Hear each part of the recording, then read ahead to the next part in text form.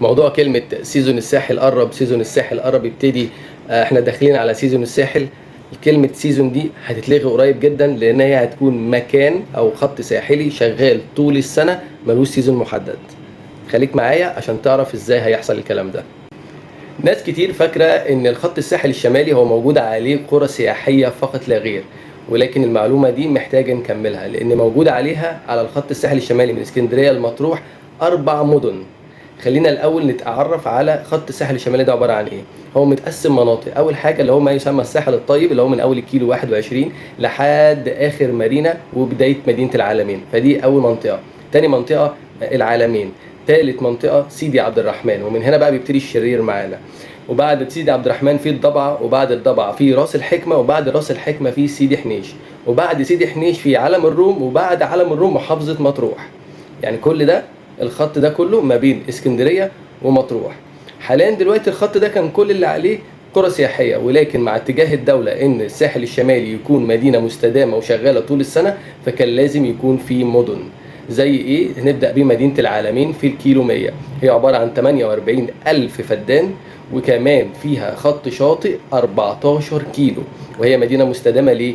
مدارس، جامعات، مطار، اماكن اداريه، ابراج، فنادق، مولات، فيها كل ما يحافظ على ان المدينه تشتغل طول السنه. ده رقم 1 وهي العالمين. رقم 2 وهي المدينه رقم 2 هتكون بعد العالمين في سيدي عبد الرحمن، دي ما فيهاش مدن. بعد سيدي عبد الرحمن بيجي منطقه الضبعه، ودي اللي فيها المدينه رقم 2 وهي ساوث ميد. ساوث ميد للباشمهندس هشام طلعت مصطفى. هي في الكيلو 165، هي عباره عن 5000 فدان، وفيها شاطئ 5.5 كيلو. الشاطئ بتاعها 5.5 كيلو. يبقى دي مدينه رقم 2.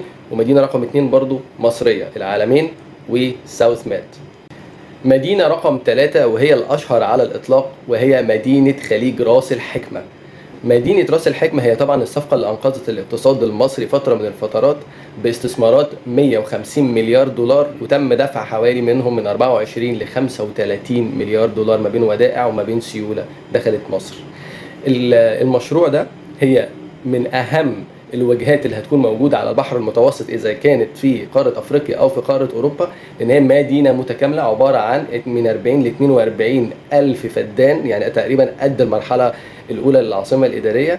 النقطة الثانية فيها طبعا مطار راس الحكمة. احنا كده معانا مطار العالمين، ودلوقتي معانا مطار راس الحكمة. هيبقى يكون في منطقة زراعية ومنطقة صناعية، زائد كمان ان فيها اكتر من 50 فندق موجود داخل المثلث راس الحكمة، وفي 3 مراسي يخوت، وفي 3 ملاعب جولف هتكون موجودة، وأماكن إدارية وسكن للعمال. مدينة مستدامة بشكل كامل. خط الشاطئ بتاعها بس 44 كيلو ما بين رملي وصخري، لان في كونسبت السيتي او المدينه او البيوت اللي على البحر مباشره ما بيبقاش، يعني بيبقى بيت وصخر وبعد كده بحر، وبعد كده في اماكن تانية بيت او ستاند الون فيلز وشاطئ وبعد كده بحر. يعني التو كونسبتس موجودين، وهي من اكبر الصفقات الاستثماريه اللي حصلت في تاريخ مصر. مدينه رقم 4 ودي الاخيره، وهي مدينه علم الروم او راس الروم، من صفقة قطرية 29 مليار دولار. والصفقة دي هي عبارة عن ان في جزء للأرض وجزء للاستثمارات في ال 29 مليار دولار. طيب راس الروم هي موجودة قبل مرسى مطروح بحوالي 50-60 كيلو. معنى كده ان احنا على خط الساحل اللي ما بين اسكندرية لحد مرسى مطروح عالمين، ساوث ميد، راس الحكمة، وعلم الروم باستثمارات 29 مليار دولار. وهي عبارة عن 4900 فدان.